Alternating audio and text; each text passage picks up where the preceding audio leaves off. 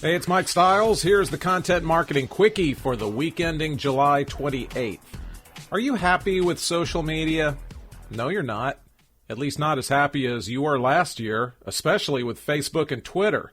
The American Customer Satisfaction Index says overall customer satisfaction with social media is down 1.4% from last year.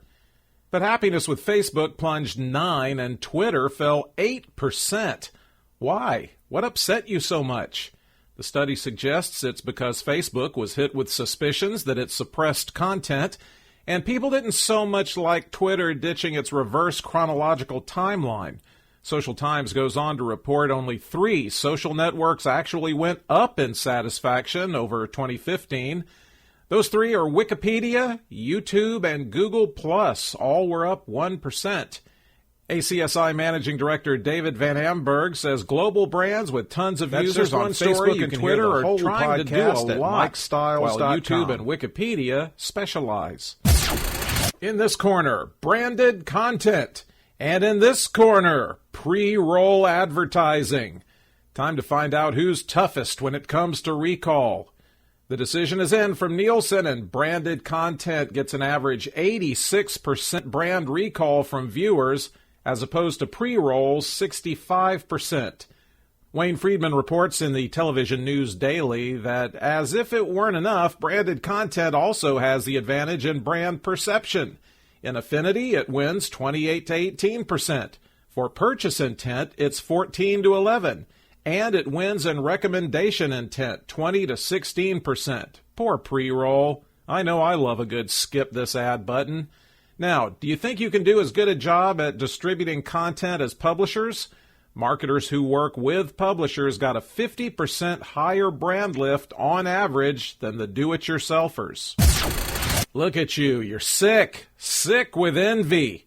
You think everyone else is doing content marketing better than you. Or do you? Ascend2 did a little survey to find out how you guys think you're doing compared to all the other people out there like you. Most, about half, think their content strategy is somewhat successful compared to competitors. Next, at 29%, comes somewhat unsuccessful. Ayaz Nanji goes on to report 54% think their content marketing's effectiveness is increasing marginally. 35% say it's increasing significantly. Then they break down the biggest barriers that they have. And we have a tie at 48%.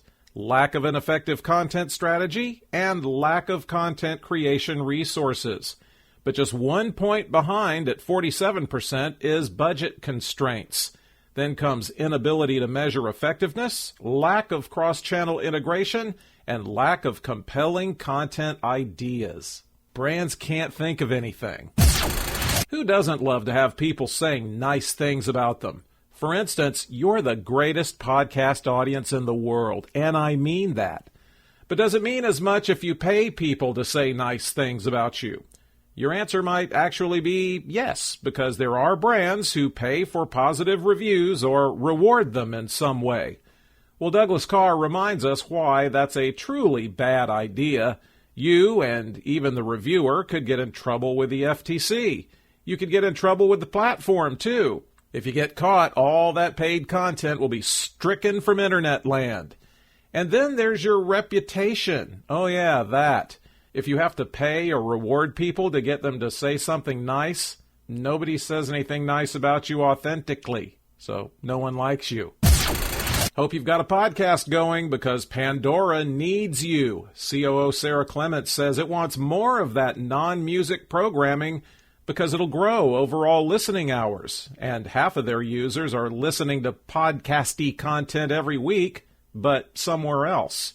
They want those ears back. Janko Retgers says they're already streaming This American Life and Serial. Their listening hours are up 7% year over year, but monthly active listeners went down 1.3 million. They need something else interesting to listen to, and joy oh joy, podcasts are actually cheaper for Pandora than music is. No music royalty payments, which eat up a ton of Pandora's revenue.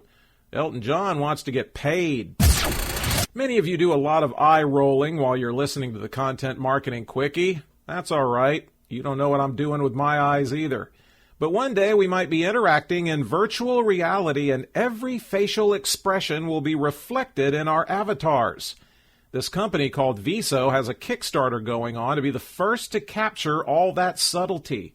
Actually, what they've got is a face-tracking developer kit. No content. You have to make that, being the hot VR developer you are. Lucas Matney writes that in addition to being able to show emotions, eye-tracking sensors capture your line of sight. It turns out, and this was news to me, eye contact is important to social interactions. All this has some interesting angles when you think about virtual customer service. Boy, knowing why people share stuff on Facebook would make life easier if you're tasked with getting engagement metrics up, wouldn't it? Your new best friend is Fractal because check out what they learned. Ashley Carlisle reports women share more than men. And of the women who share at least one time a day, 7 out of 10 of them share several times a day. Men and women both actually share for one main reason, to entertain their friends. But women are a little more diverse in their motivations. 22% more likely to do it to express themselves about things they care about. 37% more likely to do it to get an emotional reaction of some kind. They're digital Gilmore Girls. For men and women, the older they are, the more likely they are to share stuff and to do it more often. Millennial men, or dudes, are the least likely to share. If you've got a hot blog on Tumblr with lots of readers, Tumblr thanks you because they're about to sell ads on it. Calm down, simmer down now. You'd get some money for it, and if you don't want ads, you can change the settings to make sure there aren't any. You can even stop ads from running on just one post. But ads on the blogs will be the default, so you have to take action if you don't want them. Tumblr's funny in that they want to make money, so it's time to better monetize their 65 million users and their content. TechCrunch says there aren't that many details, but basically the way Tumblr's creators program connected brands to influencers, the same can now happen for you and your blog. Founder David Karp wrote, "It's been a busy summer. Next up, getting you paid for your work." Tumblr, of course, is owned by Yahoo, which means it's now owned by Verizon. Who will it be owned by next week? Likewise, Reddit wants to also make money and monetize, except their dance is a little trickier because that user base tends to be pretty snarky and jump on marketers who are less than authentically trying to connect with the youngsters. But founders Steve Huffman and Alexis Ohanian are working to make that brand-user connection more honest, at least more honest than on Facebook. Huffman says when advertisers come with honest intentions, we see higher engagement. We don't see hostility. So George Sleffo reports that on August 4th, here comes Promoted User Posts, a new ad product where you can sponsor users' posts. The post's creator will be asked their permission, and if they say yes, they get Reddit Gold, which gives them platform benefits. Reddit strategists will keep watch and tip brands off to any organic posts they see that might be sponsor-worthy. Ta-da, that's it. The transcript is at MikeStiles.com.